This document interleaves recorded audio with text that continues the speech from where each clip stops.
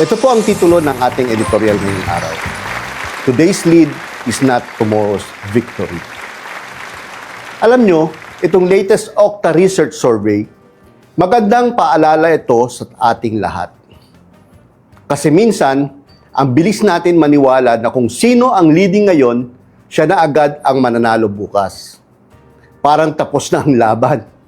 Pero hindi ganon ang reality ng politika. Simple lang ang punto. Ang surveys, snapshots lang yan. Hindi pa yan ang destiny. Ibig sabihin, kinukuha lang yan kung ano ang nararamdaman ng tao sa isang particular na panahon. Kung ano ang nakikita nila sa leaders natin ngayon. Pero bukas, pwedeng iba na yan.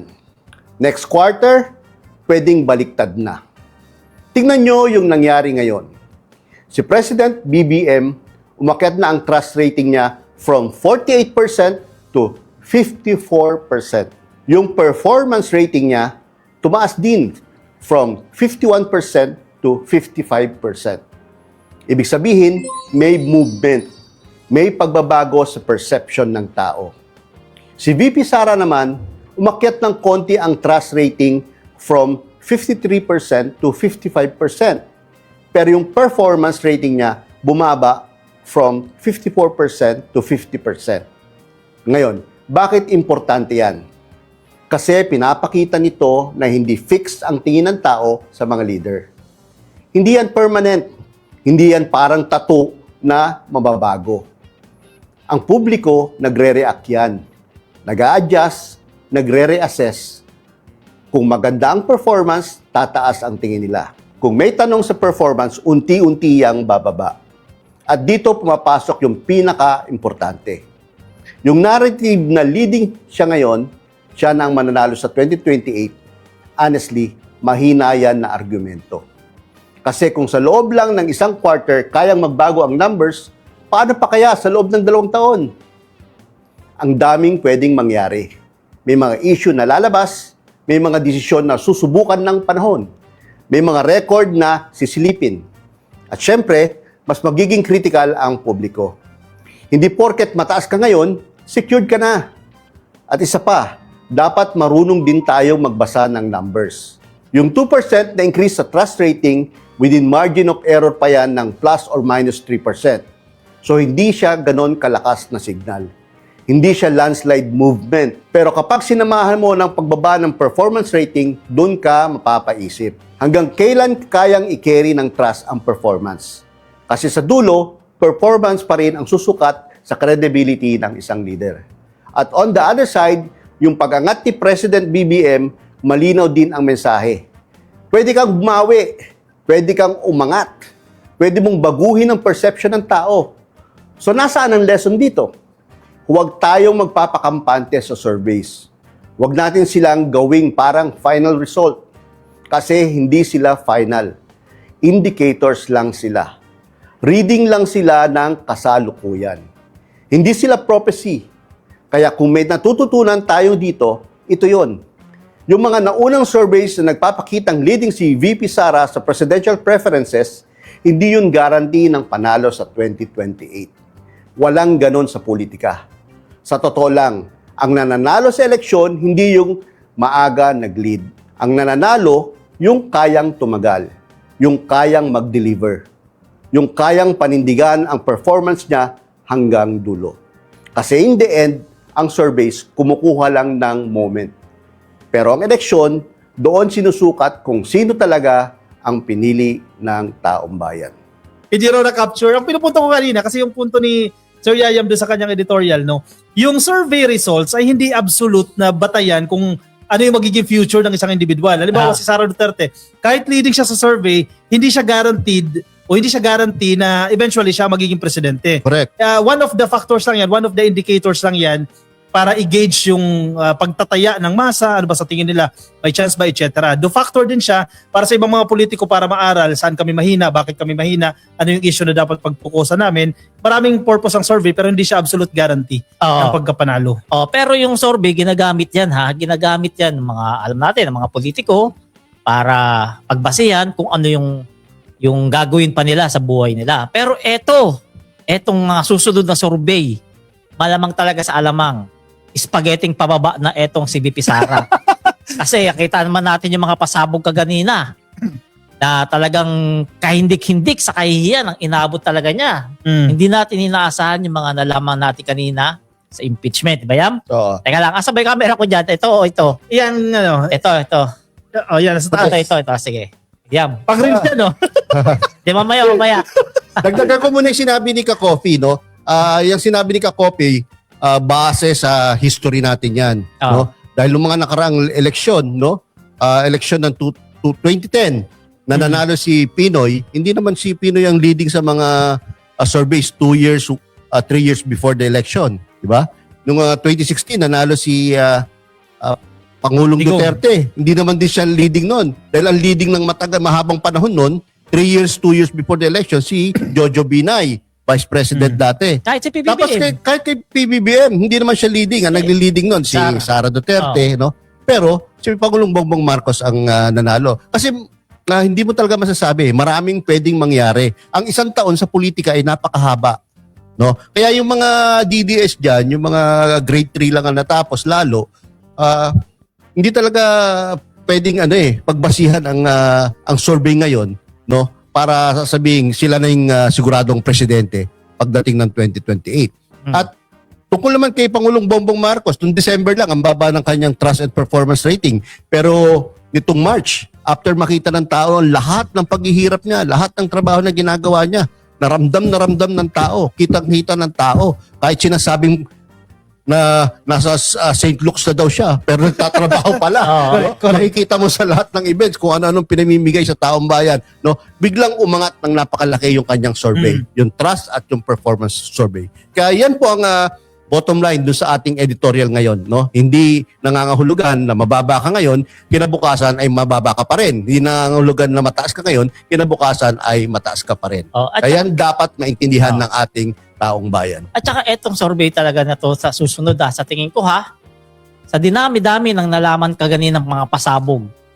Sorpresa talaga na hindi natin inaakala na nangyayari pala, na totoo pala yung mga sasabi ni Trillanes sa karamihan ng mga pasabog na nalaman natin na talagang dagok kay VP Sara.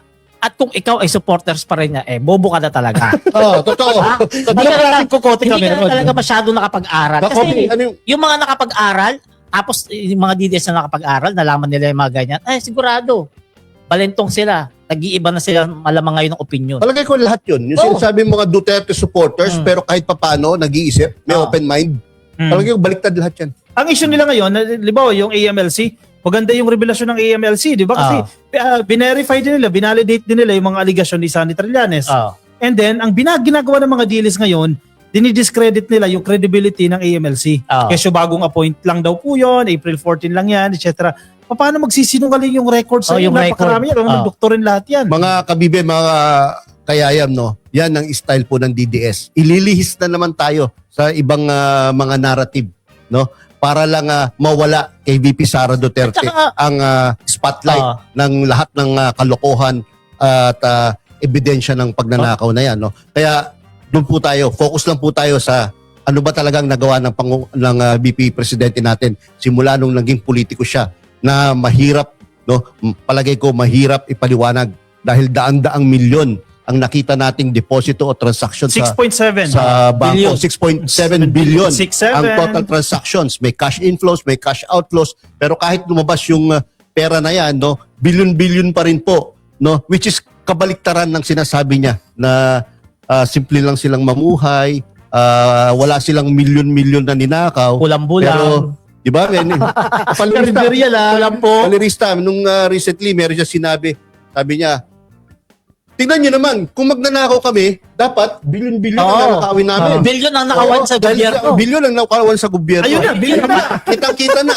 No? Sinunod na yung gusto ni VP Sara. Let's talk billions. Ginagawa niya na pala dati pa. Let's talk billions. Kaya yan ang pinakita. Sundan ko sinabi ni Yayam na etong mga DDS na to, dahil sa sobrang dagok sa kanilang kahihiyan ngayon ang tinatamasan nila sa kanilang buhay ngayon, talagang nililigaw nila yung usapin. Hindi sila tumututok doon sa impeachment. Pero sila mga panibagong pasabog ngayon. Ano? Ang matinding pasabog nila ngayon pinapaingay nila bagong-bago hair follicle daw. Yun dahil sa decision ng Supreme Court.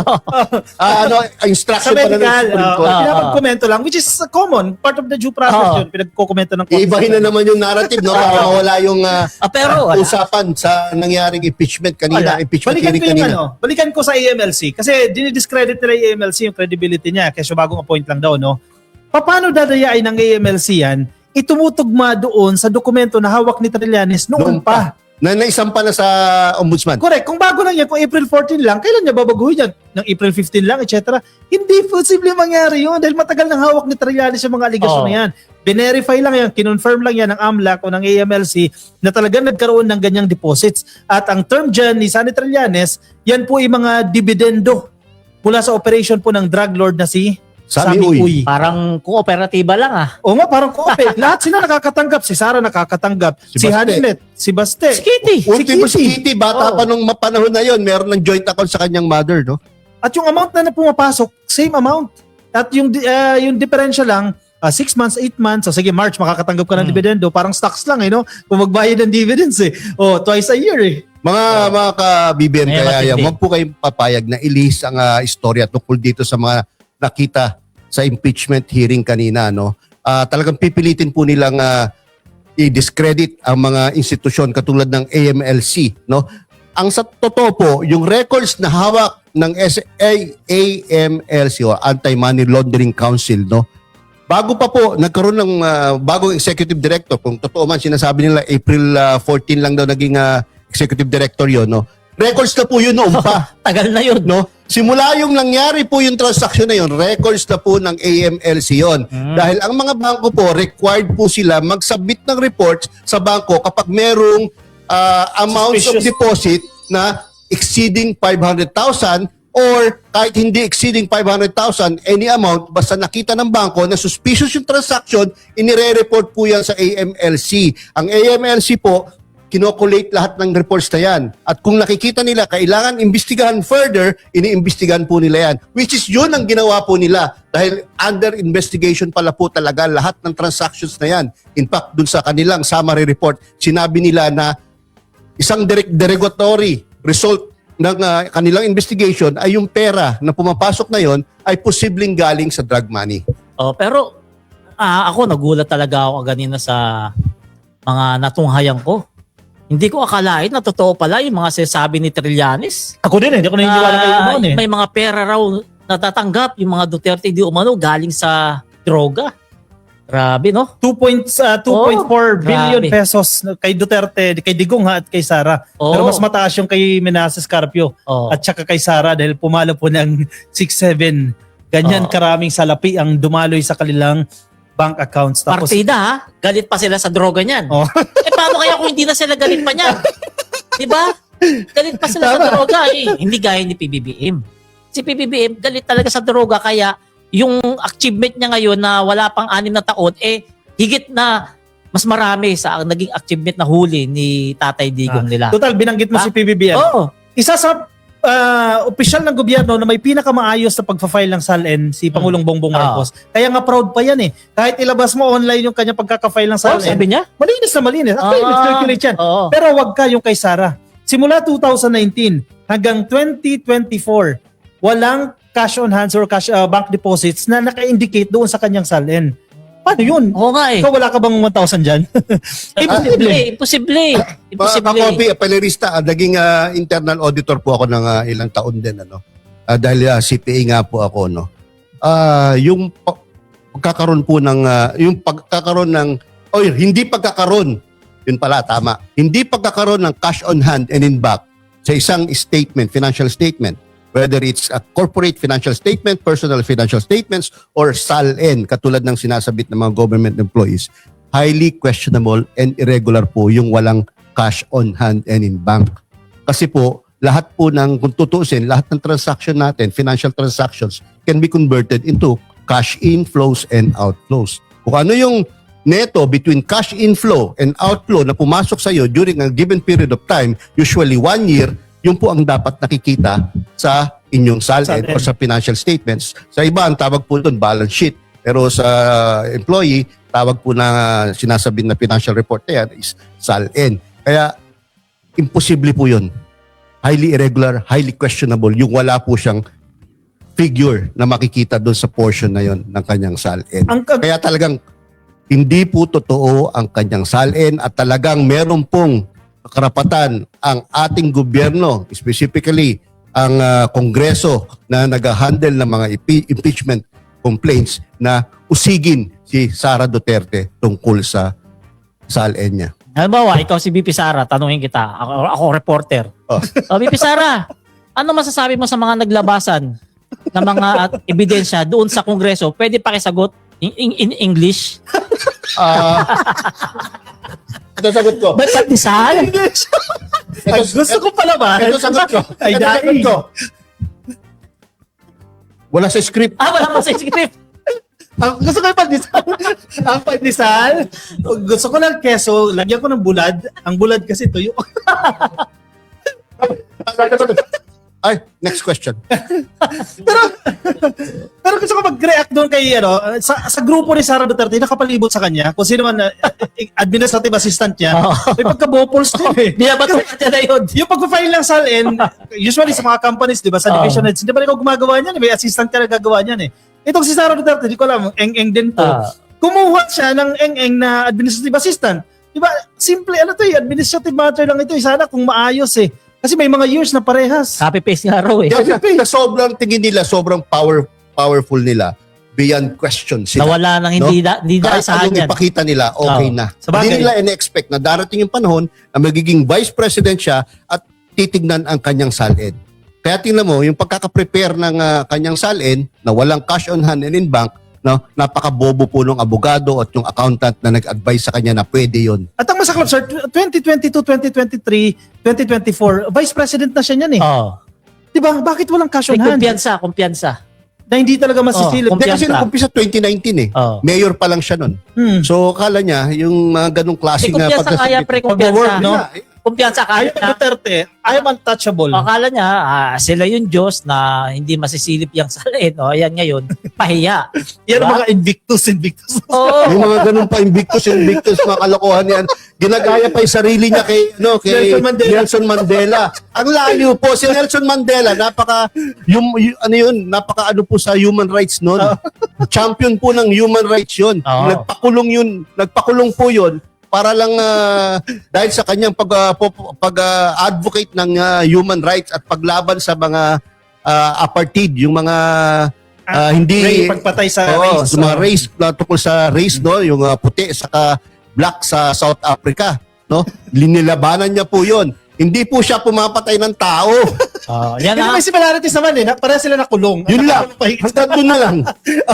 Pero si Nelson Mandela, nakulong ng 27 years na hindi give up ang kanyang prinsipyo. During that 27 years, no, sinasabihan siya ng gobyerno na bumigay ka na, no? Wag mo nang Matigas. ipagpatuloy ang iyong advocacy at pinaglalaban, no? Hindi siya pumayag hangga't sa wala nang choice ang South African government kundi palayain siya, at nung napalaya siya, naging pangulo pa. Etong si Digong, nakalayo. Anong pwede ko sabihin maganda? Kayo nga, i-komento nyo, anong pwede ko sabihin maganda kay Digong ngayon? Pinayaman ng mga Chinese. Yan mga kababayan na. Kaya ngayon ko lang napagtatanto. Kaya para panay takbo nila sa Supreme Court manghingi ng TRO para hindi lumabas itong mga to. Kasi eto talaga pala mga matinding pasabog na hindi talaga ini-expect ng taong bayan. Tahimik nga yung mga taka ngayon DDS eh. Wala sila Diba? mag-comment. Hindi makaingay-ingay kasi totoo pala yung mga sinasabi ni Trillanes. Ba? Si Manasseh Scarpio, tahimik din yan eh. Hindi yan lumalabas eh. Magtaka ka, last week, nagpunta ng Quezon City Regional Trial Court, di ba? Para mag-request ng TRO. Kasi alam niya eh, na kapag lumabas yan, talagang bulilyaso yung pamilya niya eh. Hindi pa bank records pinag-uusapan natin dyan ha. Yung AMLC documents lang yan, mga report lang yan, mga na-report sa kanila ng bangko. Ang tanong ko dyan, saan kaya nagtatago o tinatago yung bilyon-bilyon pera na yan? Yan ang tanong. Yan ang tanong. Feeling ko, maraming Ramil Madriaga. Mga dummies. Di ba? Kasi si Ramil Madriaga, milyonaryo din eh. Or isa sa kanilang mga bahay o properties, doon lang nakatago. Baka nasa underground. Or nakalagay sa mga Mga ginto, accounts abroad. mga paintings na nakapangalan pa sa ibang tao. Diyan usually ang nilalagay ang mga laundered money eh, no? dyan sa mga bagay na yan. Pero eto, mainit-init na balita. Di ba sabi, banggitin ko na ba na etong si VP Sara umalis? Ito. Oo. Yun lang. Hindi ko nabasa, wala kasi akong salamin. Banggitin mo nga, Jo. Hindi ko mabasa masyado Nasa eh. politiko to actually. Sige, basahin mo. Sige, basahin natin ha.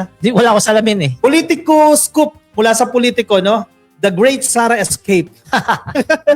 Vice President Sara Duterte is leaving the Philippines on Thursday, April 23. Bukas po yan for trips to the Netherlands, South Korea, Belgium, Germany, and the United Kingdom. Oh, sana all. Politico obtained a copy of Duterte's travel clearance issued by the Office of the President, which showed Ayan, no? that she will be out of the country until May 15. Duterte's departure comes on the heels of the Anti-Money Laundering Council's report to the House Justice Committee that 6.7 billion pesos worth of suspicious bank transactions were recorded under the names of Vice President and her husband, Manasseh Manscarpio. Uy, ayan oh. Nagbigay sa kanya si ES, Ralph Recto ng Travel Authority. Pero feeling ko, pinayatan sir, siya. ano lang to? Mga kaya yan. Ang date po sa letter ng Executive Secretary ay April 22. Talagang ngayon lang. Ngayon lang. Oo. Ano to, nangiinis to feeling ko. Kasi ganyan din ang style ni Pulong di ba? Magre-request ng travel order, pupunta sa 17 countries, etc. So, feeling ko nangiinis yan. May iwas na naman. May iwas na naman. naman. May iwas sa na inter, naman. babalik yan kapag malamig na. Pero hindi ito lalamig. Kahit kailan hindi ito lalamig kasi kailangan ito ay matuldukan para malaman ng taong bayan kung ano yung totoo, di ba? So, kung May 15 siya babalik, ayan na naman, pinasahod na naman natin, di na naman Oo. nagtrabaho. Hindi, alam mo, palirista, mahirap patunayan kung hindi totoo yung lumabas eh. Kasi bank records, records ng AMLC yan na binigay ng mga bangko. Hindi naman nag-imbento ng report ang bangko at lalo yung hindi pwedeng mag-imbento ng reports ang AMLC dahil government agency yan.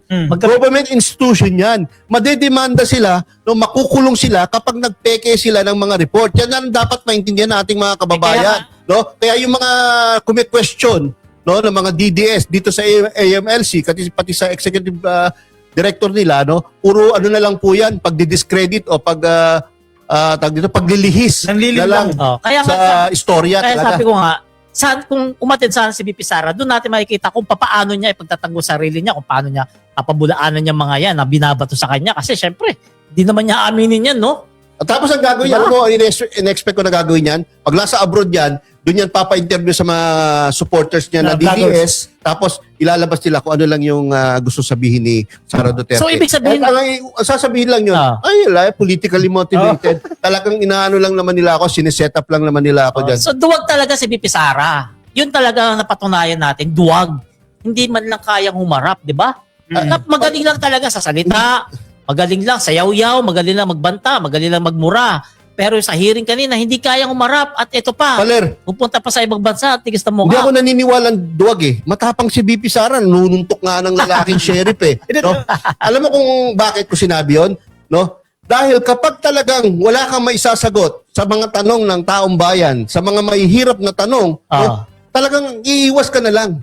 Tatakbo ka na lang, magtatago ka na lang para hindi ka lang matanong. No? Hindi yun duwag siya in a sense na hindi niya kayang harapin ang mga tanong. Sabi nga niya, Pero kaya siya duwag o kaya hindi niya kayang harapin dahil wala siyang may isasagot na tama. sabi nga ni Abante, kinakaya niya lang yung kakayanin niya. Di ba? Well, sheriff. Di ba? Matapang sinapak ka yung sheriff pero napapalibutan siya ng security ng bodyguard, no? Hindi komento ko na rin yung grupo nila Harry Roque. Ang kine-question nila kung tama ba yung ginawa sa pagbubukas ng account ni Sara. Hindi nila kine-question, wala silang komento doon kung totoo o hindi yung laman. So ang assumption ko dyan, kayo mismo convince kayo na totoo yung laman. Kaya kine-question nila yung proseso. Tama ba na binuksan yung mga records na yan? Yan ang kanilang sinisilip ngayon. At saka wala kang karapatan magsalita, Harry Roque. Punta ka, balik ka muna rito bago ka magsalita. Wala kang bilang. Pag nangihingi ng mga komento, wala kang bilang. For the views ka na lang, talo mo pa kami. For the content lang. Oo nga eh. Para ka si Inoy Bugris eh. Fake news ka lang eh. Oo, gumagawa ka na lang pag-uusapan na alam mo naman ang sagot sa tanong mo, di ba? O hindi tayo nag-shoutout ng comment. Basta tayo mga comments. Ang daming comments. Oh, may 5 minutes. Sige, basa kayo na magbasa. Hindi ako Mahigit 400 na comments. Next full screen ulit. Full screen. Ayan, si Chairman Rosal. Oy, nasa ibang bansa. Charming. Charming Rosal, no? Nasa ibang bansa daw. Comment. O sir, Grabe pa sabi ni Balasuvas, ano pa? Grabe pasabog. Kaya ayaw humarap ang Madam VP, kaya grabe ang bayad nila sa mga tao na humaharang sa impeachment. Apo yan. pero hindi nag-work yung mga tao nilang alagad eh. Si Marcoleta hindi naman nag-work. Ito si Shirley Eisen. Di ba sa kanta nga ni Lustay, ako ay apoy na di mamatay. Kaya akala nila talagang untouchable sila. Okay, comment pa na mo nang i-filter. Sige, next Dire-diretso. na. Lex, kahit diles, i-flash mo na yan. Oh. Carolina Reclosado na watching from Pampanga de Ilocos. Oh, yan, mahaba-haba basa. Arlene, BMRL, registered nurse. Parang si kaibigan natin. Excuse me, hindi duwag simple, she is just feeling untouchable and ginagawa niya talaga tanga lahat ng Pilipino.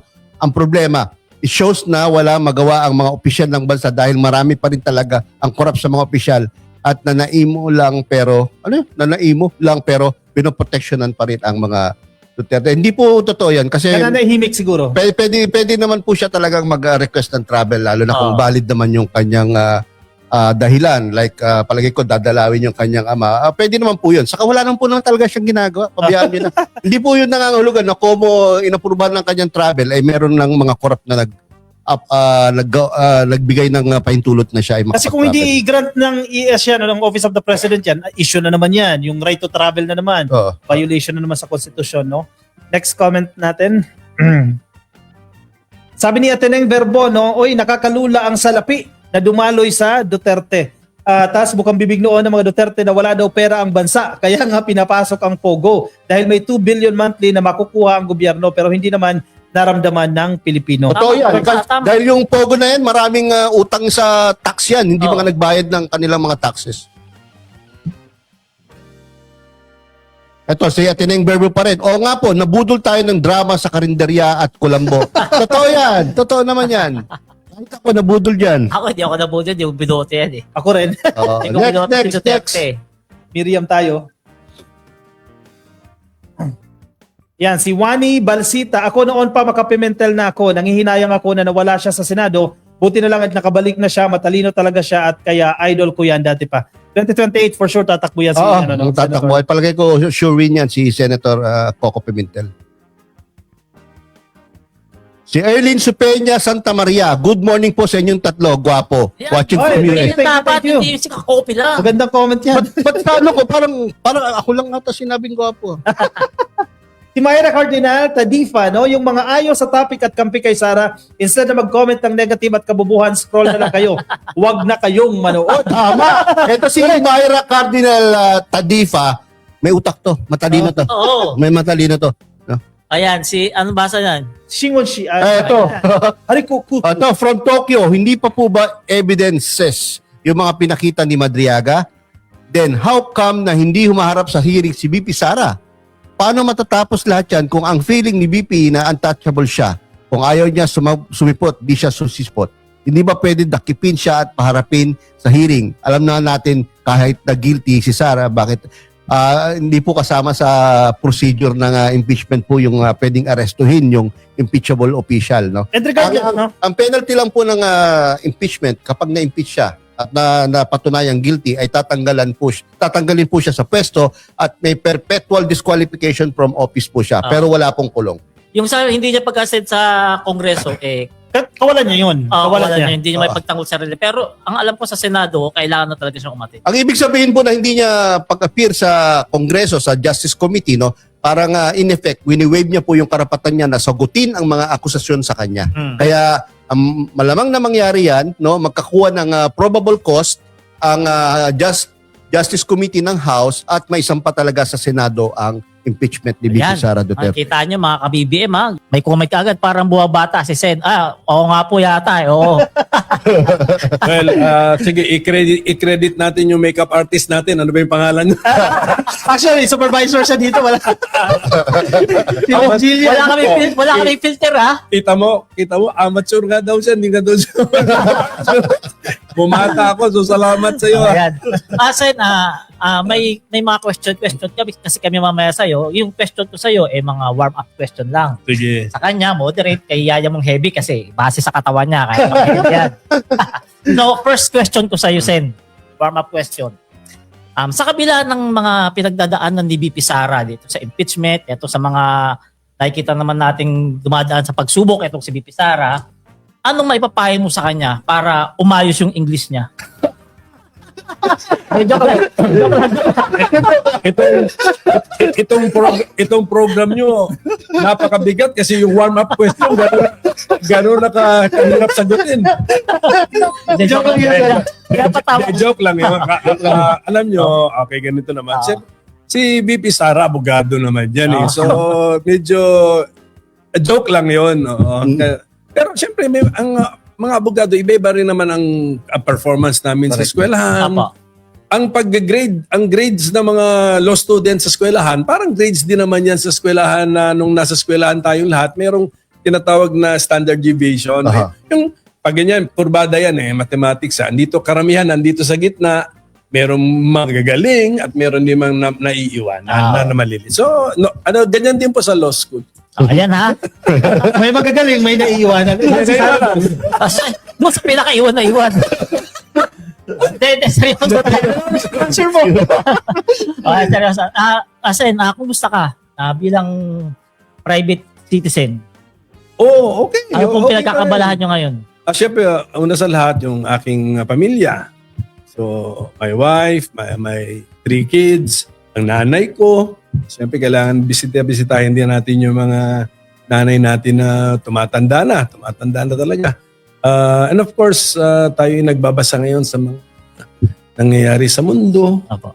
sa ating bansa rin. Minomonitor din natin kasi kung nag-aalala na tayo sa nangyayari sa ating bansa, ako, lalo tayo mag-alala kasi marami ring nangyayari sa mundo. So, kung sa team, ang gulo ng Pilipinas. Ang gulo ng mundo. Kaya ang gawin natin, bawasan natin kung saan tayo makabawas ng gulo o problema, gawin na natin yung contribution natin. Siyempre, yung Strait of Hormuz, di naman natin kayang buksan yun. Opo. Pero yung kaya natin gawin sa Pilipinas, gawin natin para mabawas-bawasan yung mga worry natin. Sen, ang unang tanong ko, punta tayo sa naging trabaho niyo sa Senado. Alam niyo po, yung inyong amay talagang mahirap sundan dahil siya yung sa mga batas niya, lalo na siya yung father of LGUs, di ba? Siya yung gumawa ng local government code. At hindi niyo po naitatanong, na-meet ko po siya twice, nag-dinner po kami with a common friend. At napakagaling po talagang tao yung ama, no?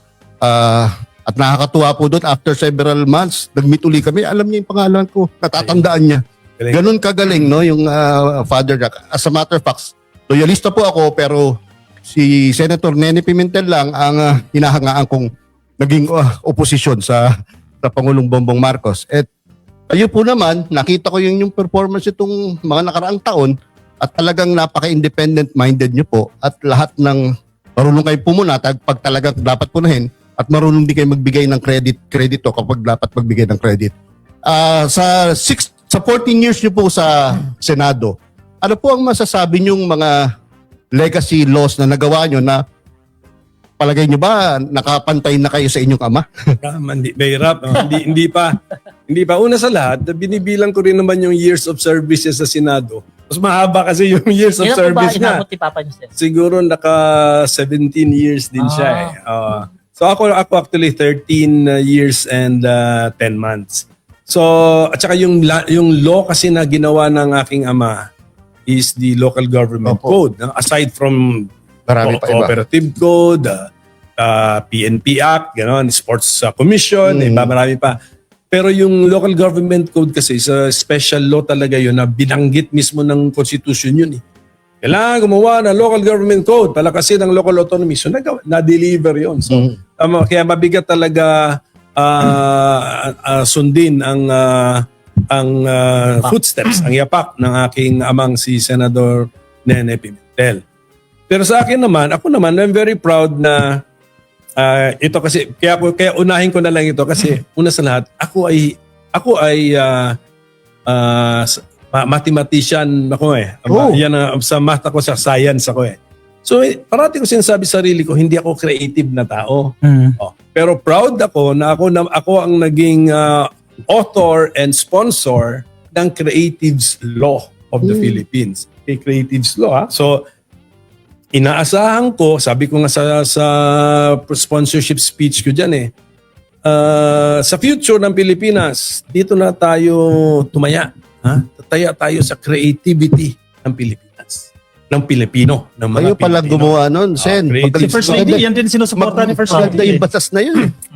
Pero hindi pa natin nararamdaman. Kaya nga sabi ko nga, yan, ayusin natin yan, mararamdaman natin yan in due time. Kasi parati natin sinasabi, ang galing ng Pilipino, ang galing ng Pilipino. Isipin mo, saan magaling ang Pilipino? Maybe it's in the creativity of the Philippines. Oh. So, pagdating sa creativity, maraming pasikot-sikot yan, kaya natin yan. So, ako dyan ako na sana yung pagdating na ng generation ng aking anak or ng aking apo, yung mga parating na henerasyon, they will be creative Filipinos na talagang kayang lumaban sa global stage. And of course, pagdating naman dahil lawyer ako, gusto ko rin makita yung justice system natin na umasenso. So, pati ang NBI, yung modernization ng NBI, akin yan. Tapos, of course, nag-create ako ng mga courts ng justice chairman din ako. And itong latest law, sana makatulong sa Supreme Court yung judicial fiscal autonomy. So, yes. Kasi kailangan, alam mo, yun ang hindi natin nabibigyan ng pansin. Sometimes ang binibigyan natin ng pansin puro material na bagay. Kahirapan ng Pilipino, kailangan ng ayuda, etc. Pero importante din po na yung justice system natin dapat gumagana. Hindi lang yung gumagana na gumugulong, pero may konting bilis ang paggulong. Yes. The dispensation of justice. But mabilis, konting bilis, at tama. Hindi yung Pinadali. tama, hindi yung mabilis ka, mali. Appeal mo pa, tapos bahala ka na kasi kung magkamali ka ng remedy mo, yung yung mali magiging tama kasi na technicality ka sa remedy mo. So, yun ang aking mga gustong makita sa ating bansa. So proud ako dun sa isa kasi hindi ko kinukonsider na creative ako, pero since lawmaking lang naman yun, nakagawa tayo ng law, inaubaya ko na sa creative people ng Pilipinas, gawa kayo ng plano. Anong gawin natin sa kasi actually, saan ba tayo nainggit? Nung pinag-usapan yung bill na yan, actually ang parati na sa isip natin, nainggit tayo sa South Korea. Totoo. Yung film industry nila, Tama. Entertainment. Film industry and K-pop. Correct. Imagine mo, K-pop. Magkaroon ka na ng pop. Ano ba K doon? Hindi naman Coco yun, di ba? Korea yun. Korea. Imagine mo. Sabi ko, bakit ganun? So, nag-aralan namin. $100 million na ata ang budget nila for film lang. Tayo, yung 100 million, wala pa tayong $100 million for the entire creatives. Talaga. Pero tandaan yan. Ang importante, muna, framework, procedures, and then strategy. Then pinasa na natin sa creatives people. Creative. Sabi nyo, creative kayo eh. Hindi kami, use your kokote. Tama. Gawa kayo ng plano ngayon how to develop the creatives industry.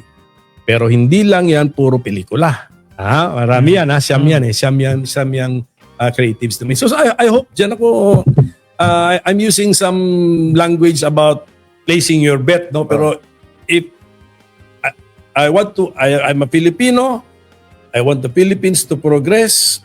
I'm placing my bet, all my hopes and my energy on the creatives sector. Palagay ko, Senator, marirealize din yung vision mo. Kasi katulad yan, meron ng Bini na sa international, di ba? SB19. So, palagay ko, darating yung panahon na marirealize ang vision mo. As a follow-up question, Senator, gusto ko rin sabihin sa mga manonood natin na hindi lang yung paggawa ng batas ang importante sa naging accomplishment mo eh. Yung pagiging fiscalizer mo nung mga time na opposition ka. Dapat dadagdag ko nga yan eh. At isa nga rin, hindi nga batas, pero happy ako na na-check ko sila lahat. Correct. Sine-check ko sila Correct, lahat oo. eh. Ano yung idea mo? I-check natin yung idea. Yun. So, ganyan po ang lawmaking. Kailangan na may nag-check. Itetest. Kahit maganda yung idea mo, sige, testing nga natin. I-apply tama. nga natin. Doon maraming lumalabas eh. Comment ko lang doon, Senator, yung mga batas. Kasi importante na yung ginawa mong batas, nararamdaman ng taong bayan. Correct. Doon sa creatives industry, kahit papaano ngayon, ang daming may trabaho nasa creative Correct. industry. Oo. At dahil sa mga batas na yan, mas lalo pang nasusuportahan. Lalo na kung lumaki ng lumaki. Mas Yan marami ang nagtatrabaho. nasa natin. Lumaki ng lumaki. Like, isa sa mga creatives na hindi nyo siguro na yung anime. Ay, oo. Anime. Animation. Animation. Mga artist. Magduduma. So, kung lumaki, na-realize nila ang abilidad ng Pilipino, they'll hire more Filipinos or set up shop here in the Philippines for anime. Oo.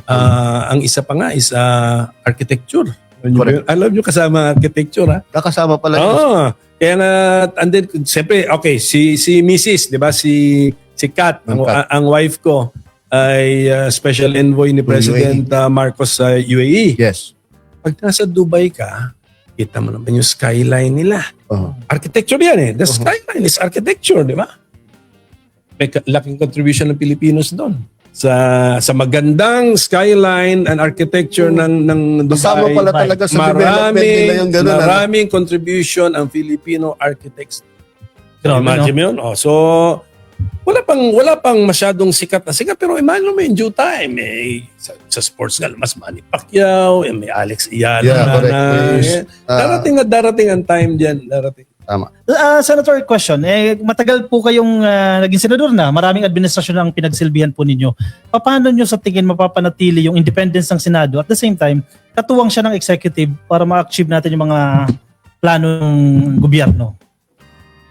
Well, madali lang naman eh. Number one,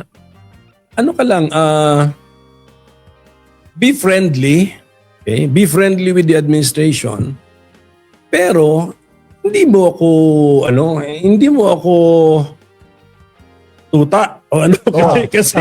Kasi una sa lahat, si Senador, isipin ni Senador, meron din naman akong national mandate may mga 15 to 30 million din na bumoto sa akin eh. So meron din akong mandate na national. So, kasi being a Filipino, maliit lang kasi yung lipunan ng Pilipinas, friendly ka sa fellow politicians mo. Okay. Pero convince me. Ganun lang yun. Convince me. I-convince mo ko sa merito ng iyong proposal, idea, programa.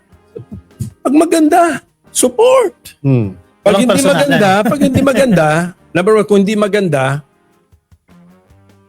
punahin kung paano papagandahin. Okay. Kung gagana ba o hindi. Pero kung totally disagree ka, din labanan mo. Kasi disagree ako rito dahil unconstitutional ito. So, medyo usapang legal yun. Hindi ka pwedeng mag-give and take doon kasi sa tingin mo unconstitutional yan. Against ako rito kasi makakasama sa taong bayan ito. Ayun. Yes. Iba rin yun. Pero kung sabi mo na sa pagkakasulat ng bill mo or sa programa mo, Mr. President, medyo may sablay sa implementation, maybe ayusin natin. Maraming leakage, mga ganon. So, ganon lang po yun. And the Filipino politician naman, the President, is okay naman, President. As a Filipino, yung President is politiko, Filipino din siya, friendly din naman siya sa lahat. Gusto rin naman niyang makinig, makumuha ng input sa lahat. Okay. Sir, dito naman tayo, Senator, sa usapang impeachment. Yan, bilang isang batikang abogado at senador, anong masasabi nyo sa takbo ng impeachment process dyan ngayon sa Kongreso? Okay, so far so good naman. Pero si chairperson, siya do stricto.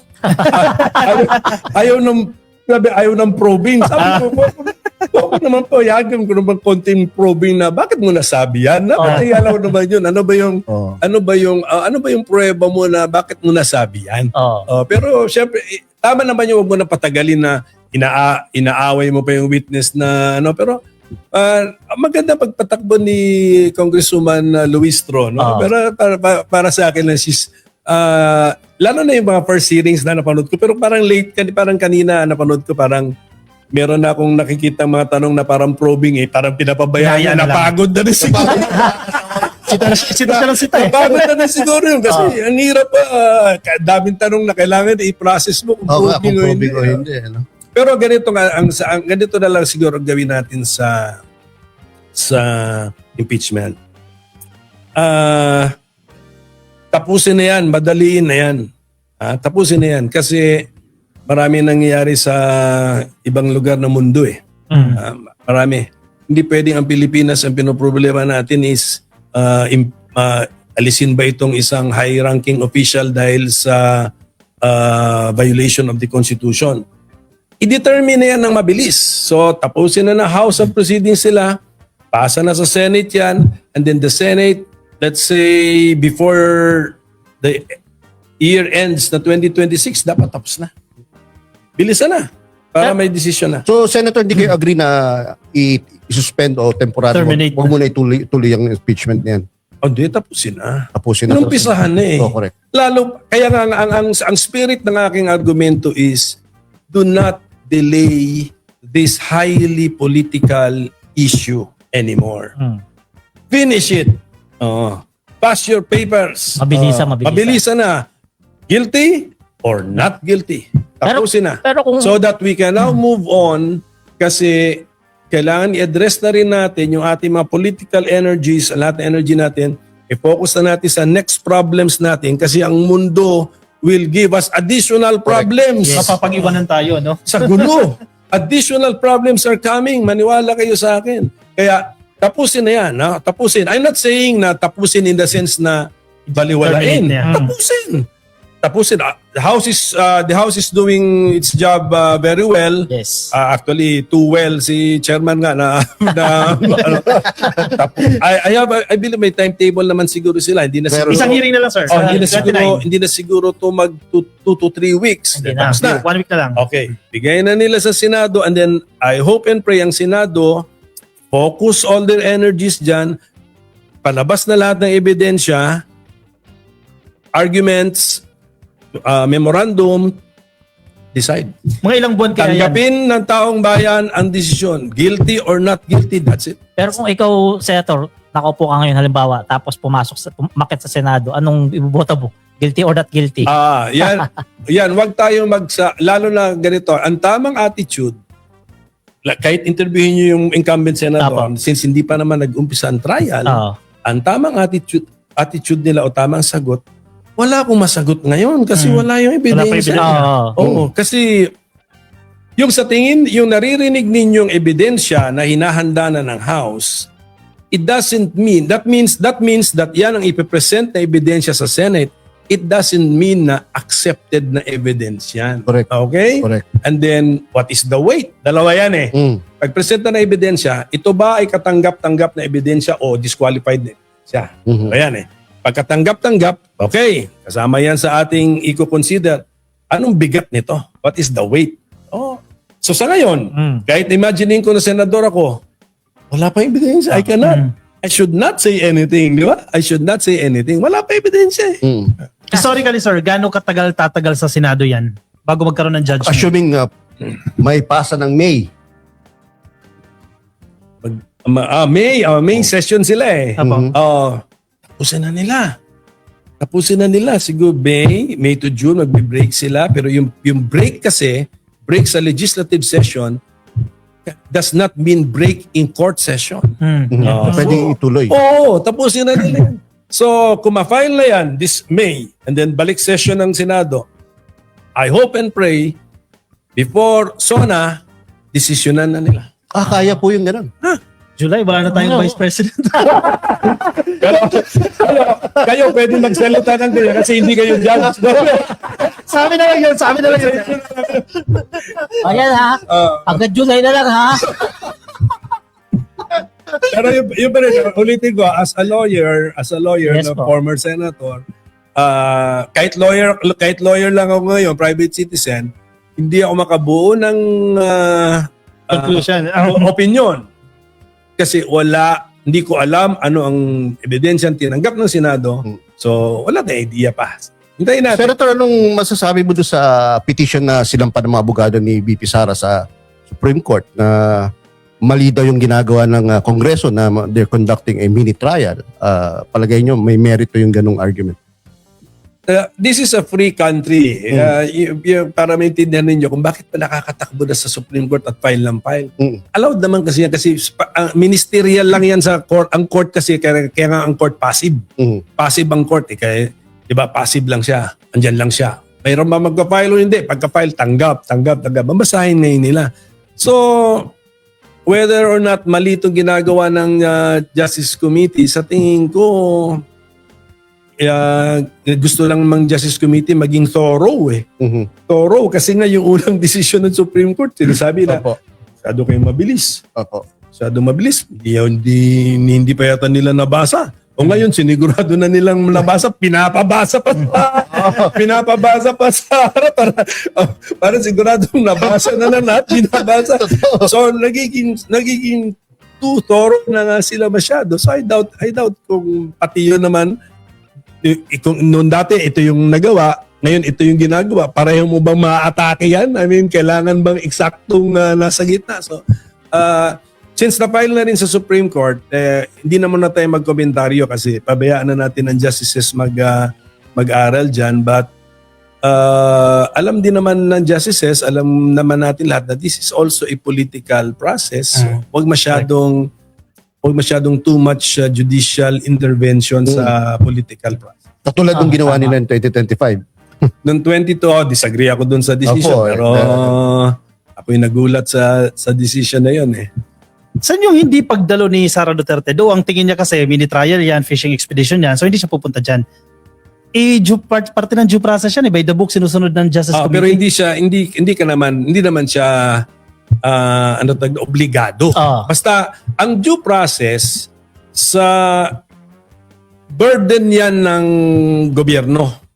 Nung may mga kapangyarihan. So, sino nga may kapangyarihan? Ang House, nag-hearing sila. So, ang burden nila is kung gusto marinig nung kabilang panig, welcome.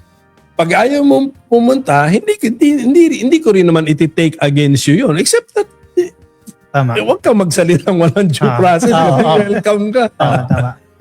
Pero sa sarili mong pananaw, Sen, yung mga ebidensya na lumalabas ngayon doon sa Kongreso, tatayo ba sa Senado yun? Para sa iyo lang. Isa-isayin natin. Yung bank records. Ayun, kasi ganito nga yan may mga law na sinabi ng batas, hindi pwedeng gamitin itong mga to as ebidensya. Except in impeachment. Kaya nga pwede na yung mga yun. Kaya nga, pero hindi ko sinasabi na yung eyewitness na lahat na sinasabi niya ay medyo kapanipaniwala. Medyo iba nga doon, medyo klarong sablay So, pero ano kasi ito Okay. Impeachment. Kunyari may 4 na charges. Mag-guilty ka lang sa isa, tapos na. Lusot na yun. Lusot na Tapos na. I mean, 4 na charges, mag-guilty ka, 16 votes na guilty ka sa isa, convicted ka na. Kaya nga, kunyari, in order na 1, 2, 3, 4, yung unang pag-usapan nito, tapos kailangan, desisyon na. Kunyari, ganun ang procedure na sundan nila. Ginilty ka na rito ng 16, hindi na natin ito kailangan pag-usapan itong 2, 3. Katulad nung kay Corona, Justice Corona. Pero kunyari, not guilty ka rito, pag-usapan pa natin itong pangalawa. Tama. Ganun yun. Sa Senado yan, sir, o pwedeng i-apply niya sa House Justice Committee? Sa Senado na. Okay. Sa Senado na. Si Ramil Madriaga, sir, anong take nyo dyan sa mga pasabog ni Madriaga? Kay Madriaga, medyo nag-iingat ako. Ito na lang, ang depensahan ko na lang dito si Martires, si Ombudsman. Kasi nadamay din siya. Narinig ko yung depensa ni Ombudsman Martires. Na-agree naman ako sa kanya. Sabi daw ni Madriaga, inutusan daw si Madriaga ni President Duterte or ni Sara Duterte na bigyan ng pera si Ombudsman Martires or si Attorney Kilala. So sabi ni Ombudsman Martires, retired na ako, ginugulo niyo pa ako. So sabi niya, anong klaseng statement niya? Paano ko sasagutin yan?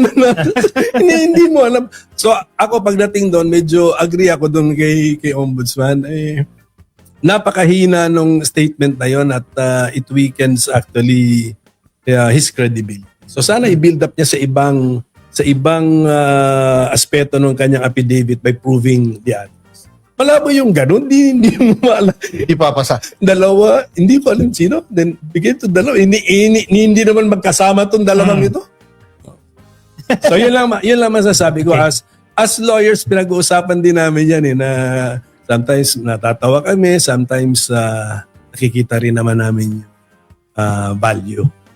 Ibang topic tayo, sir. Sige. Labas tayo sa impeachment. Ito naman ang krisis sa crudo, sa langis, sa petroleum products. Anong assessment ninyo sa aksyon na ginagawa ng gobyerno para tugunan po itong problema? Well, una sa lahat, limitado ang ating magagawa. Tanggapin natin yun. Kasi imported ito Talagang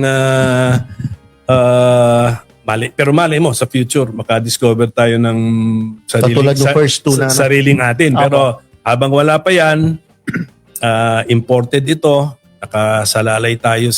nakadepende tayo sa ibang bansa. At ang problema, karamihan pala ng Southeast Asian oil imports doon nanggagaling sa lugar na yon. Yes, sir. Yung sa Strait of Hormuz sa Middle East. Although 20% lang daw ito ng buong mundo, pero Southeast Asia dito. Correct. Ang problema, ang gulo ng dalawang nag-uusap. So, hindi natin kontrolado yun. Kaya, kahit DFA natin siguro, hindi naman niya pwedeng pagalitan si Iran. Iran, sundin mo na si Amerika. Hindi rin kaya ni DFA pagalitan si Amerika na, Amerika, pagbigyan mo na si Iran. Hindi niya. Ang sitwasyon ngayon po ang nangyayari. Sabi ng United States sa Iran, paraanin mo ang lahat ng barko diyan sa Strait of Hormuz, wag mo silang bobombahin o guguluhin. Pero mga barko mo, Iran, sabi ng US, mga barko mo, Iran, hindi ko papalabasin. Sabi ng US yun. Yun ang US blockade. Blockade lang sa Iran. Iranian ships lang, pero padaanin daw ni Iran lahat ng ibang tapos, sasagot naman ni Iran, iba-blockade ko yan, yung strait na yan, kung hindi mo papalabasin yung aking mga barko. Logical naman. Logical naman. Kasi sasabihin mo, kontrolado ko yan, paparaanin ko yung galing sa ibang bansa, pero harangin mo yung mga barko ko. Sabi, hindi harangan na. So, Ganun talaga mangyayari dyan. okay. So, that is the situation. Okay.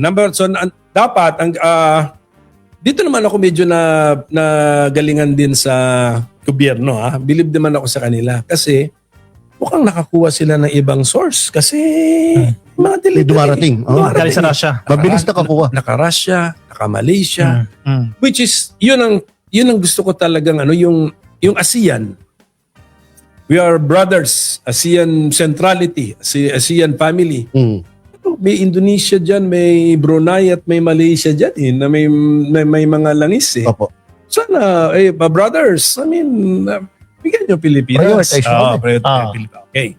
Then, nabilib naman ako na at least ang Russia, although kaibigan ko yung Russia pero mabuti tinuring din nila tayong parang kaibigan nila at nagbigay din sila sa atin ang Russia kasi kilala ang Pilipinas na aligned talaga sa Amerika Russia ito na may sanction ng Amerika sa Russia Pero ang Russia, at least nag-share din ng konting langis nila sa atin. Actually, kung kaya ng DFA, makiusap na lang sa Amerika na palusutin nyo na kami, allow nyo na kami makipag-transaksyon sa mga Russian kasi maraming Russian oil. Kasi temporary lang yung lifting, sir, di ba? At saka ang Russian oil is Vladivostok.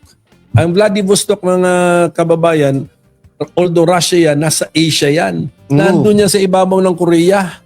Vladivostok yan. So I'm sure may pipeline na yan sila dyan. So dyan na lang natin kukunin yan sa Vladivostok papunta. Hindi na mula sa Russia mismo. Hindi na malayo. Russia pa rin yan. Asia, Russia. Hindi Russia, Europe na dadaan pa sa Strait of Hormuz or sa Suez Canal. So, sana payagan tayo kasi pinapanish kasi ng Amerika ang mga nakikipagtransaksyon sa Russia. O, kaya ayaw natin mapanish. Bakit ayaw natin mapanish? Ako nalulungkot nga ako, natakot tayo mapanish. Pero naintindihan ko naman na matakot tayo mapanish kasi sasabihin ng Amerika, you cannot use the banks. If you cannot use the banks, sinong apektado? Sino apektado? OFW. So, kaya wala tayong choice. Talagang, okay, tignan mo yung bumibili tayo. Ito, example na lang ito. Hindi na to sagot sa oil, no? Example lang kung na bumili tayo ng helicopter sa Russia. Correct. Bilyon ang halaga nun, ha? Dahil sa sanction ng Amerika, kinancel natin. Correct. Hindi namin itutuloy. Sayang yung 2 billion. Yung aming down payment, okay na. Wala na. Sa takot natin sa sanction ng Amerika. Sana, okay. Pero bakit ang India? Ang India, malaki naman kasi talaga India. Tsaka marunong siguro talaga gumamit ang poder nila. Ang India, exempted. Pwede silang bumili ng Russian oil. Wala silang sanction. Hindi sila masanction ng Amerika. Of course, pati China. Pero ibang usapan yung China kasi iba. But si India, sana ganun na lang kung kaya ng ating mga diplomats na sabihin natin sa United States, itrato nyo na lang kaming India. O payagan nyo kaming magtransaksyon sa Russia. Huwag nyo kaming ipinalize. Kasi kawawa na tayo eh. Okay, so isa na yun. That is for the source. We need that source. Kasi yung Strait of Hormuz, ang prediction ko, matagal pa yan kasi hindi sila nagkakaintindihan eh. Paano magkakaroon ng agreement kung hindi magkakaintindihan? Ayoko naman na ma-agree yan sa puro missile. Naiawa naman ako din sa mga Iranian people na pagkakalangis tayo, ang kapalit buhay ng mga Iranians. Huwag tayong pumayag na ganun. So supply, at least Russia, okay. US, kung kaya mo pumikit sa ginagawa ng India, pagkapakigano na, lakas-lakas namin sa iyo. Pilipinas kami, ano mo kami. O, di ba? Tapos, okay, number 2, yung sanang, yung binigyan naman ng authority na sa president na suspend yung mga excise tax lang, some of the taxes. Sana pag-isipan nila na seryoso doon at bawasan na nila. Pati VAT? Hindi nga sa VAT, excise tax. Iba yung VAT eh. Ang VAT is another proposal na gagawin pa nila. But yung excise tax kasi malaki-laki rin yun. Kasi ang pagdating kasi sa fuel, dalawang pagdating nung oil pa, may excise na. Pagbenta na nung final product, may VAT pa. Kaya nga bawasan na natin nasa ambola na kay President na kasi inauthorize na siya ng Congress. Suspend lang naman to. Suspend niya ang excise tax. Kasi kerosene lang ang suspended ngayon tsaka LPG, no? Senator, sa nakikita mo nangyayari ngayon, especially dyan sa oil crisis, meron ka na bang naiisip na batas kung sakaling ikay mabigyan na naman pagkakataon na maging senador sa 2028? Sa tax ako nakatingin. Sa tax? Sa numero sa tax. Hindi, tama yung sa tax. Wag na natin i-tax masyado or wag na natin talaga i-tax yung mga basic na pangangailangan ng taong bayan. So, pero of course, kailan i-meeting talagang cabinet yung economic cluster. Kasi, alam mo naman itong mga economic cluster kasi natin, mga aral sa mga Western schools yan, mga masteral, PhD dyan. Siguro masyadong conservative eh. Conservative sila na parati silang nakaisip sa growth. Ako naman, wag na lang growth. Tignan na lang natin kung maghigpit tayo ng sinturon, ano tawag mo doon, cut the fat. So yung gastos natin na unnecessary na. Unnecessary. Ano ba yan mga yan? Let us say, kahit sa konsumo ng kuryente, overseas trip, mga gano'n, etc. Kaya natin hanapin yung larong pagtsagaan natin. Makakahanap tayo in the billions yan, in the billions. And then, ipasa na natin yun sa as benefits sa ating mga kababayan in the form of no longer collecting these billions from them. Kasi yun sana, yun ang, kaya actually, pag ako'y palari na makabalik, medyo, I will now become a technical person in the sense sa tax na tayo titingin eh. Medyo yan yung tax, hours of work, quality of life, standard of living concepts. Tsaka Senator, kasi may tendency yung mga ibang senador na mag-create ng batas para mabigyan ng kung ano-anong ayuda yung taong bayan eh. Oo. Tapos hindi naman alam kung saan kukunin yung ibibigay, di ba? Kaya sa matter of fact, maraming batas ata na hindi na popondohan. Correct, marami. Di ba po? Sana wag naman ganun. Yung Senado natin, di ba? Sa tingin ko okay na yun. Meron na tayong DSWD na bihikulo pang ayuda. Tapos ilimit mo na lang yung ayuda dun sa talagang pantawid talaga dun sa taong kasi tinamaan talaga ako ng krisis ngayon. Pero hindi man natin pwedeng sabihin may krisis ngayon, so lahat kami kailangan ng pantawid. Hindi, yung yung pinaka naghihirap kasi ang mahal na ng bilihin tapos walang trabaho kasi 6 months ago sa daan na yan nakatira. Correct. Street family na yan. So yan ang mga tulungan natin. Tama. Targeted na yung response, no? Tulungan na. Pero andyan na, sa tingin ko di na kailangan ng batas. Andyan na si DSWD, yan na yung bihikulo mo. Funding na lang yan. May funding naman. Kung tutusin, ang funding nga ngayon is more than what is needed kasi lahat nagbo-volunteer na may krisis. Naghihirap kami. Pero kahit pa paano, double digit na yung mga langis ngayong presyo, di ba? Boom Diesel, and all magkano ba? ng diesel? 93 kanina. 93, depende. 93. Pero average 93. Samantalang mabot ng 147 yan sagad, di ba? Correct. O hamba, Senator, patapos na naman na yung election ban. Appointment ban. At bigyan ka ni Appointment ban. appointment ban. Appointment ban. Bigyan ka ni PBBM ng pwesto. Tatanggapin mo po ba?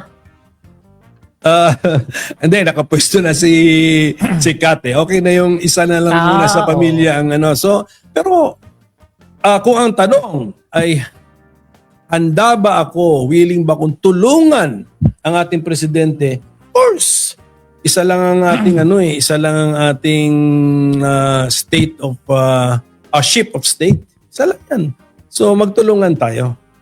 Magtulungan tayo, tulungan natin. Si Kat nga tinutulungan ko rin dahil para yung ako naniniwala kasi ako sa bridge building eh. Yung tignan mo itong crisis na to. For example, bakit pa tayo nakakuha ng langis sa Russia? Ibig sabihin nun, kasi may sa feeling din na Russia, may bridge pa rin tayo sa kanya. Hindi natin pinuto. Kaya pati bridge sana sa China, bridge sa Japan, bridge sa Australia, bridge sa Middle East, bridge sa United States. Palakasin natin lahat ng ating bridges.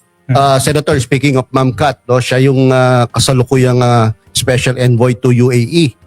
And marami nakakapansin, no? Ako mismo napansin ko na simula nung siya naging special envoy, marami nangyayaring magandang activities or transactions between UAE and the Philippines. Especially, mayroon tayong SEPA. Right. Sa panahon niya yan, no? Ano bang pakiramdam na merong isang high achiever na asawa at tumutulong din mo siya sa trabaho mo at tinutulungan mo siya sa trabaho niya? Tinulungan niya ako sa trabaho ko. Dito sa trabaho niya, medyo sumasama lang ako pagkainan. Moral support lang. May mga events ang mga But kanya to. Lahat ng ideas dito ni Kat bilang special envoy kanya.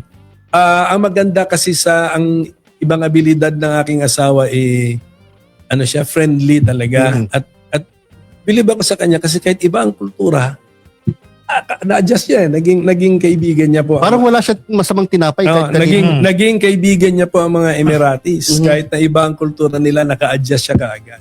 At ang nakita niya, ang kanyang insight is, para rin sila mga Pilipino. Sabi niya sa akin. Talaga.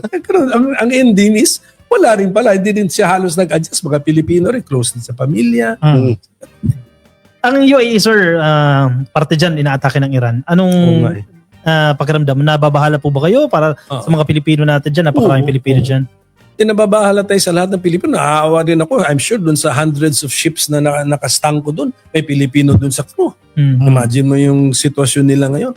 Kaya tumawag ka sa gobyerno natin, paano natin matutulungan ngayon yun? Hindi nga makapenetrate. So, sana nga ma-resolve na ito. Ang nasasayangan lang din ako sa sa what's happening sa Middle East kasi kadamay I mean, because Iran was attacked, part siguro ng counter plan ng Iran is to attack the other countries in the Middle East na nag-host ng US bases. Gulf countries. Oo. So whether or not, ang tanong ko, kasi sa international law, pag ang missile na tumama sa isang bansa ay nanggaling sa lugar mo, Declaration of war. karapatan ng bansang inatake na meron din siyang return fire sa lugar mo kasi doon ang galing ang missile. Dito lang ako nagtataka na bakit ang return fire ng Iran Sa iba. ay papunta sa Dubai, Abu Dhabi, Totoo. Qatar. Bahrain, Qatar, Kuwait. even Oman, Kuwait, Saudi Arabia, na lahat ito ay nagsasabing walang missile na nanggaling sa kanilang lugar or even eroplano na nag-take off sa lugar nila na nagbomba sa Iran. Okay. So that is the big puzzle na sana nga pero ano na yan beyond our control na naman yan. Kaya sana magdasal na lang tayo na mapag-usapan nilang lahat ito para maayos na po yung problema sa Strait of Hormuz. Ayan, yan Sen, nakikita ko ba yan? Feeling ko maraming makaka-relate dyan eh. Ayan. Shoutout tayo comment. Dami pinagkita comments eh. Ano to? Legal advice. Patanong muna natin kay Seth kasi may viewers tayo. Ayan. Feeling ko mayaman to, nagpapautang to eh. Sir, anong legal advice nyo sa mga, ano pwedeng gawin sa mga hindi nagbabayad ng utang? Off topic yan. Baka mahirapan si Senator dyan. Si Madam Erin na nakikinig sa atin. Shoutout po sa inyo. Ano siya, Sen? Ako kasi, ako daanin talaga lahat sa legal. Siyempre, pasensya na kayo, lawyer ako, ganyan talaga ako mag-isip. So, number one, ang utang naman, pwede namang singilin talaga. Singilin na lang sa tamang paraan. Wag naman yun. Di ba, nakita niyo yung mga latest ngayon na pinapahiya ka sa Online, online. Bawal po yun.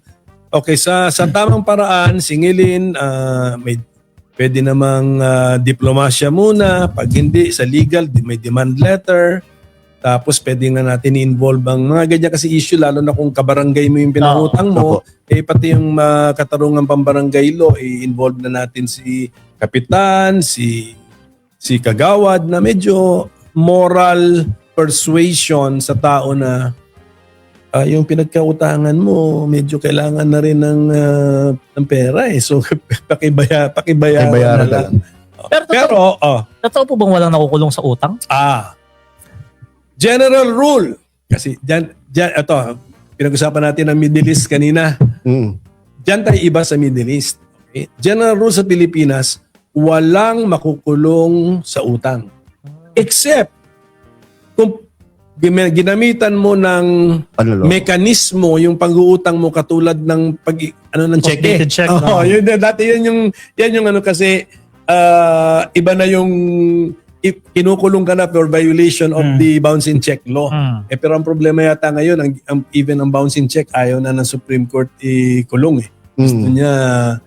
Gusto na Supreme Court fine lang din eh. So parehas lang din yun. So di ka na nga nagbayad ng cheque, ang penalty mo, dagdagan mo yung dapat ibayad mo sa cheque. Hindi mo na alam mo ba yan? So ibig sabihin nun, sa Pilipinas talaga, ayaw natin magpakulong dahil sa hindi pagbabayad ng. Pero sana may utang, magbayad. Yeah? Sa Middle East, kulong yun, no? Sa Middle East, ayan. Sa Middle East, iba rule nila doon. Pwede ang rule doon, pwede magkulong dahil sa.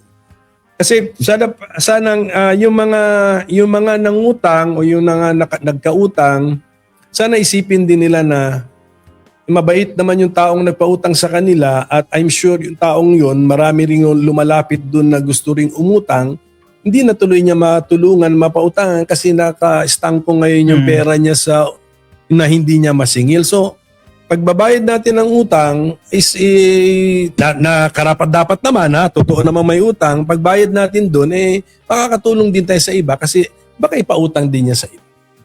Ano masasabi niyo Sendo sa pagbabayad ng utang na loob na hindi pinagbigyan yung hinihiling na TRO?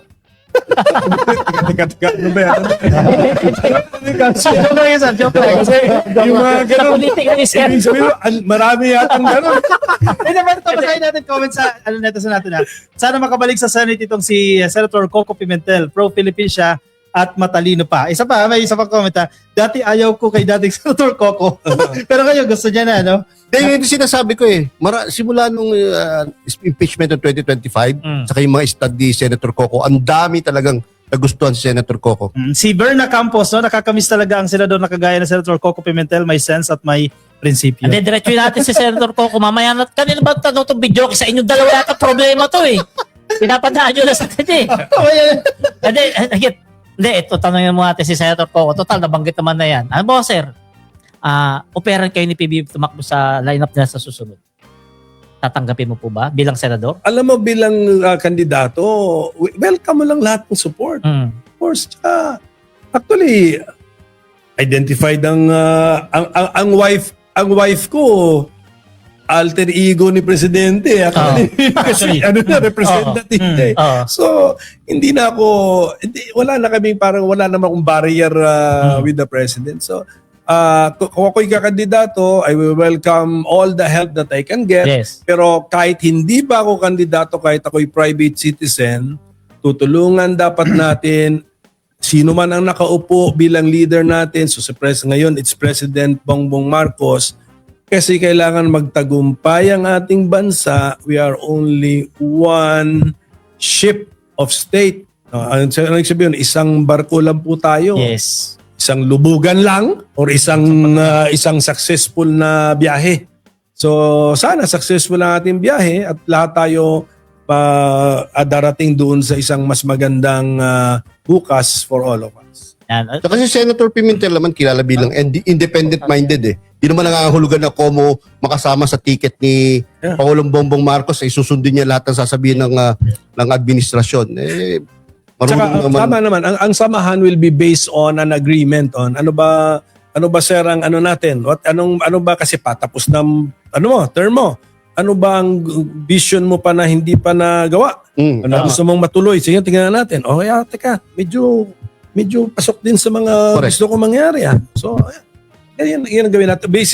It's on the basis of shared principles and beliefs. Last question ko na to sana kasi itanong ko raw to no? Sige. May isa pa po, no? Pwede raw po bang kasuhan ang mga maiingay sa videoke kahit hating gabi?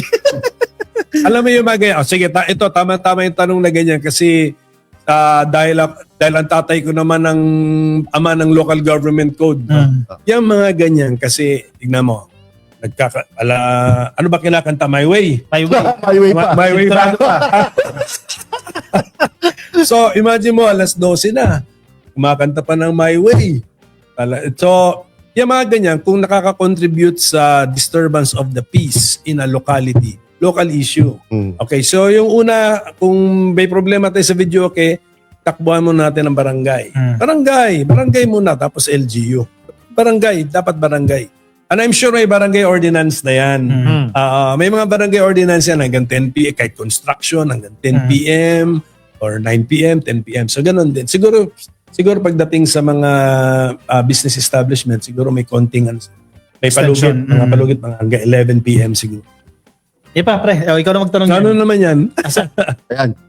English. Basa. Ano daw po ang ordinary day sa isang private citizen, Coco Pimentel?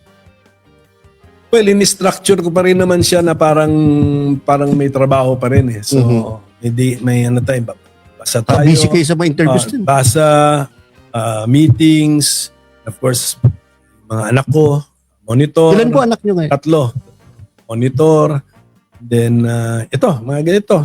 Kung anong chance na may interview, anong chance na kasi sa mga interview natin, mga ideas lumalabas, malay mo nakabigay tayo ng aral eh. Malay mo. Hindi tayo sure doon. Pero that's the purpose na bigay mo yung ideas mo, tingnan nila para makaisip sila, maganda yun, ipursu natin, lalo na sa kabataan. Ito na sir, usaping legal ulit. No, yung mga kababayan natin na pagtitake ng bar, kayo po yung bar top notcher, ano po yung proseso na pinagdaanan ninyo? Paano ba kayo nagre-review? Ano yung mga best practices ninyo para maabot yung pagiging top notcher? Okay. Una sa lahat, kailangan magdasal tayo. Clear yung ating mind. Pero, kailangan mag-aral. marami kasi dinadaan lang sa dasal. Kailangan, pagkatapos ng dasal, Aral na, aral. Ang pag-aaral, actually, gawan nyo ng sistema. Yan ang ginawa ko. Nagkaroon ako Paano ng ba sa'yo sistema. dati, Sen? Paano Sen, yung in-expect sistema? ko ba mag-top ka nun? Well, in-expect ko na pasado na kasi medyo nadalian ako sa bar exam ko. Kaya na. Pagkatapos nung final bar exam ko, pag uwi ko, nandun yung tatay ko. Sabi niya, sabi ko, abogado ng anak mo. Kasi medyo nadalian ako dahil structured yung aking pag-review. Pinilang ko yung, kunyari, gusto ko sabi ko, mag-aaral ako magmula March 1. Tapos September yung exam. So, pinilang ko lahat ng araw na yan. Yung araw na yan, hinati ko sa kada subject. Tapos, ang ginawa ko, binaliktad ko pa. Inuna kong inaaral yung sa dulo ng exam. Para pagdating na ng palapit na yung first Sunday, ang inaaral ko na sa time na yon is yung paparating na exam. So, Okay yun, hindi yung inaaral ko muna yung exam dito, tapos inaaral ko rito yung pandulo, tapos magsiship pa yung utak ko.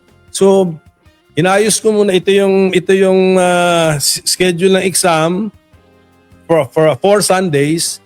Ito yung araw, lagyan mo ng mga subject.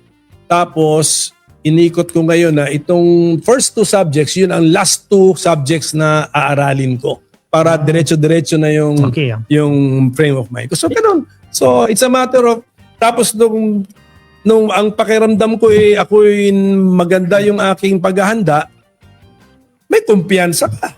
Confidence is kailangan confident ka. Kasi, okay, ready ako. O, yes. Sen, yung panahon mo, hindi pa computerized yung, di ba? Talagang mas mahirap pa na. Factor pa yung ganda ng sulat. Oo. Ako, ang sulat ko, pang doktor. Pang-doktor ang sulat ko. Kaya ang ginawa ko, habang nagre-review ako, Ginanda mo. practice. Kung ano yung fountain pen na ginamit ko sa bar exam ko, gamit ko na siya. Bumili ako ng notebook na halos kasing laki ng exam booklet at doon ako nag-notes. So, na-practice. Naging handwriting tuloy ng isang, hindi pa rin abogado ng isang pharmacist. Pero dati doktor yun, walang nakakaintindi. Yan Joey, libre para pala pumasa sa bar exam, dapat gawan ng sistema. Hindi pangatlo ka na yata, hindi ka rin Okay na. Pero never give up. Never give up. Isa naging lawyer, 68 years old. Sometimes kung yun ang pangarap mo sa buhay mo, never give up. Ito pinapatukuyan ko, Sen, walang pag-asa to. Ang problema doon, hindi kasi nagdadasal. Turuan natin. Last na, pre. Kasi ako na, Salapin Sir, ano po yung mensahe nyo na lang panghuli sa mga kababayan natin na nakikinig po at nanonood ngayon? Well, mga kababayan, hindi ko na siguro kailangan kumbinsihin kayo na maraming problema ang ating bansa, maraming problema ang ating mundo. Kaya kung saang mga bagay na pwede tayong magkaisa at magtulungan, gawin na po natin. Magtulungan po tayo as much as possible. Yun po ang ligay nating mensahe sa ating puso na tayo mga Pilipino, magtulungan tayo.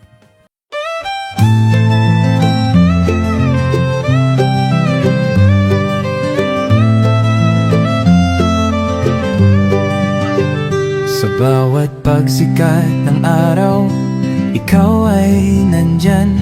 Tinig mong matatag, sa amin ay gabay. Pag-asa ng bayan, pangakong totoo. BBM, isa kang totoong tao. Sa mahirap at api, ika'y sumusuporta. Tapat mong paglilingkod, lahat kami nakakita sa iyong pamumuno. Bayan ay umaangat, bagong Pilipinas, pangarap ay tapat. Ikaw ang aming BBM, Pangulong matapat. Sa puso ng masa, inaangat ating watawat. Sa hirap at ginhawa, ika'y kasama.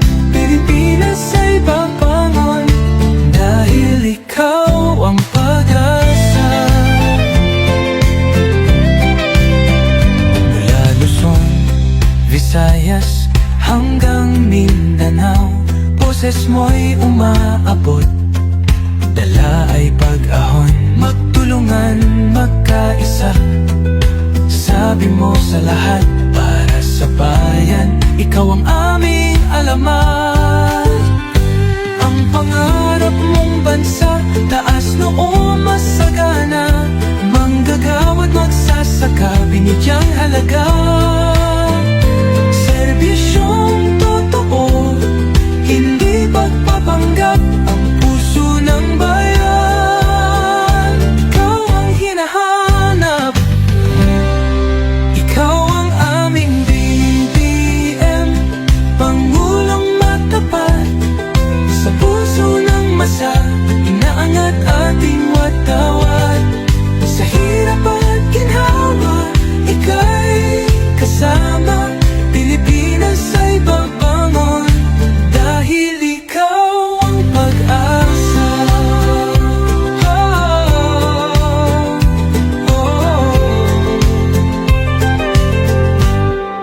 Ikaw ang aming BBM, Pangulong matapat, sa puso ng masa, inaangat ating watawat.